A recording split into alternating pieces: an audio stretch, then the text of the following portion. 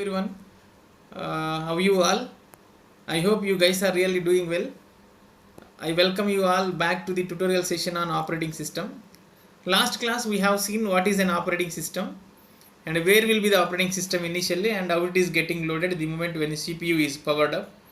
And also we have seen how the operating system is interacting with the hardware components of a computer, in the sense how the operating system is connected to device driver and also device controllers, so that it could able to operate the hardware components of a computer. Today we are going to look at the objectives or the goal of the operating system, followed by the functionalities or services of an operating system. Then we will see the different types of operating systems. If you attend this class, guys, definitely you will be able to attempt a question in the operating system from the first unit of an operating system. If you are engineering student, definitely you could able to answer the at least one question in the operating system exclusively from the first unit. I am sure about it. Okay guys, let us see. Okay guys, let us try to understand the objective or goal of an operating system. In the sense, what is the purpose of developing an operating system? So it includes actually convenience for the users, efficiency and the ability to evolve. So the development of operating system in the history have been taken place in the sense that the people would like to use their computers all over the world if there exists a better software that can manage the or that can act as the interface between the user of a computer and the hardware of a computer. So with that main objective, the development of operating system has been taken place in the history. Now let us try to understand what is this convenience, efficiency and ability to evolve. Convenience in the sense, how do you understand? So one thing is easy to use, easy to execute user applications, easy to manage resources of a computers.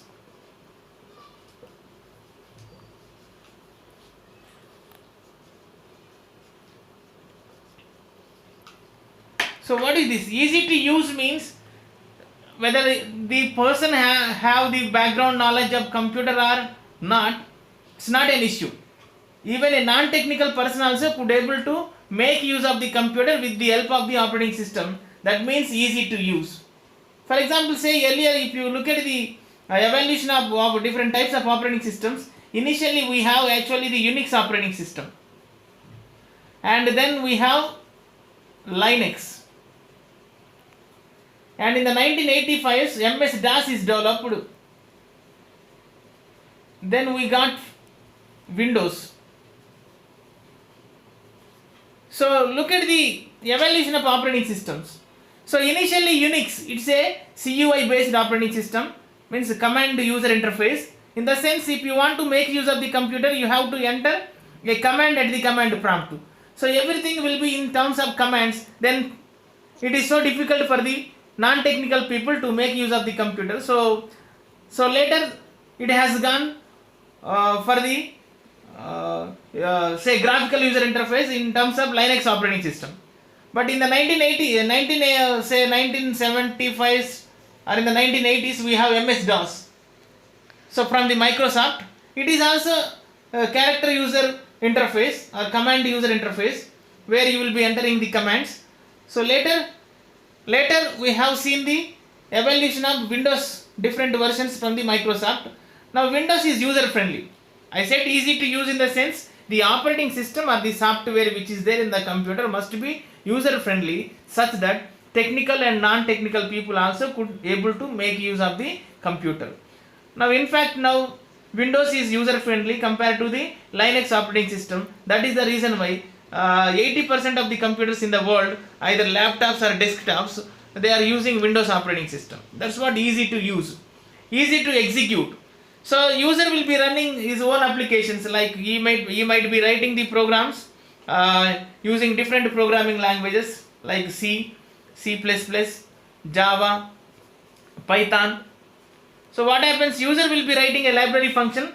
In fact, if operating system is not there, the library function has to be executed on CPU. So communication between the library function and CPU. Then CPU will be communicating with the graphics card. Then graphics cards will be communicating with the IO device or the output device monitor.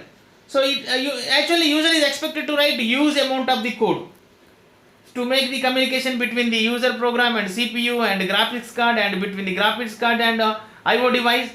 So in fact, because of the operating system facilitated the user. So user will be writing say printf statement. Okay, then what OS will be doing? So this will be connected to a system call. Then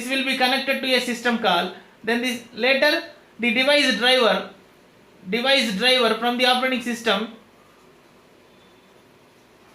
will be taking care about the system call, means communication between the CPU and the device driver, and device driver communicates with the device controller. Everything will be taken place with the help of the operating system. So every user can make use of the library functions, then other things will be taken care by the operating system. That's what easy to execute.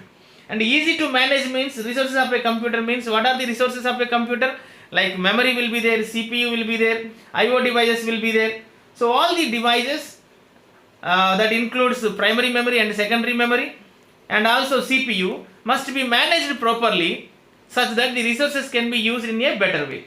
So that's what these all are possible because of the operating system. That's what the concept of convenience. Now let us try to understand what is efficiency. Guys, what is efficiency? Efficiency in the sense the operating system OS will use all the resources in the better way. CPU, memory, IO devices. Better way in the sense with respect to the performance. Performance in the sense, when I talk about the performance here, you know that the performance of an algorithm is normally measured in terms of time complexity and space complexity. Now the performance of the operating system will be measured how best it can use the CPU, means how best CPU can be shared between the various processes. I have only one CPU, but I could able to execute more number of processes, means that the operating system could able to manage the CPU that can execute the multiple processes at a time. Even memory is also being shared between the different processes P1, P2, P3, and memory management is done by the operating system. And IO devices also being shared between the different users of the computer as well as between the different process within the computer. So because of the operating system, you could able to make use of all the resources in the best possible way in order to get the best performance from all the devices. So the operating system will be helping. So that's what the efficiency. And then we will see the ability to evolve in the sense, okay, in the near future, if any modifications are needed, the operating system should accept. For example, we have Windows 7, say, followed by Windows 8, and followed by Windows 10 now. Means in the near future, the Windows 10 also may be going for the modifications. What does ability to evolve means? With minor modifications or changes in the Windows 7, you could able to get the Windows 8. And with minor modifications and changes in the Windows 8, by incorporating the new modules or new features, we could able to get the Windows 10. That's what ability to evolve. If not, this feature is not supported. If you want to develop the Windows 8, people should work from the scratch for the development of the Windows 8, but it is not the case with all the softwares that exist in the world. So every software in its maintenance phase of a software could able to get it updated on itself. That feature has to be accommodated in the process of development of a software that is there in the operating system also. The operating system should be have the capability of ability to evolve on its own according to the change in the technology. Okay guys, now try to understand different types of operating system.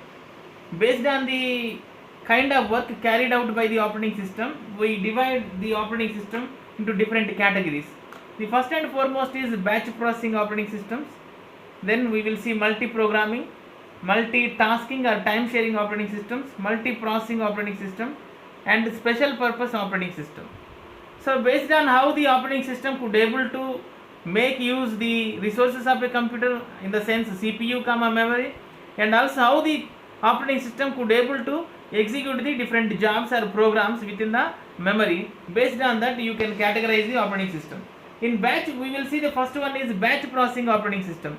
In batch processing operating systems, what happens is, for example, you have jobs like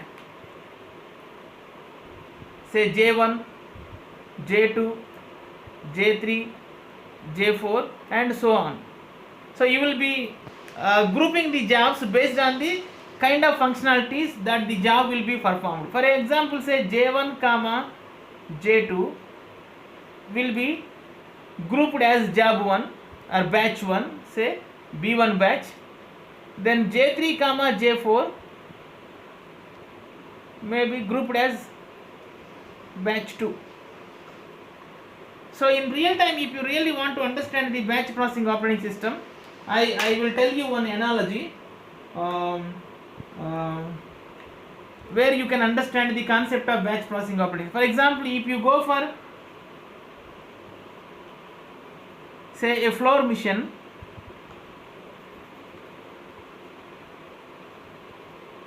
so you can go there to a floor mission to get either rice flour or say wheat flour or say corn flour. What happens, there will be an operator operating the mission. So all the customers who want the rice flour will be grouped into one batch. All the customers who want the wheat flour, they will be grouped into another batch, and all the customers who want the corn flour, they will be grouped into one batch. So the operator will be processing all the jobs into batches. Means batch wise processing will be happens at the floor mission. So the problem with this kind of environment is, for example, if rice flour is happening, for example, the operator is grinding the rice first, then people who are willing to grind their corn, they have to wait for the longer duration of time, because they will be given the chance at last. So the starvation of jobs will be there. That is one thing in the situation. The another thing is that if while he is grinding any particular batch or any either rice or wheat or corn,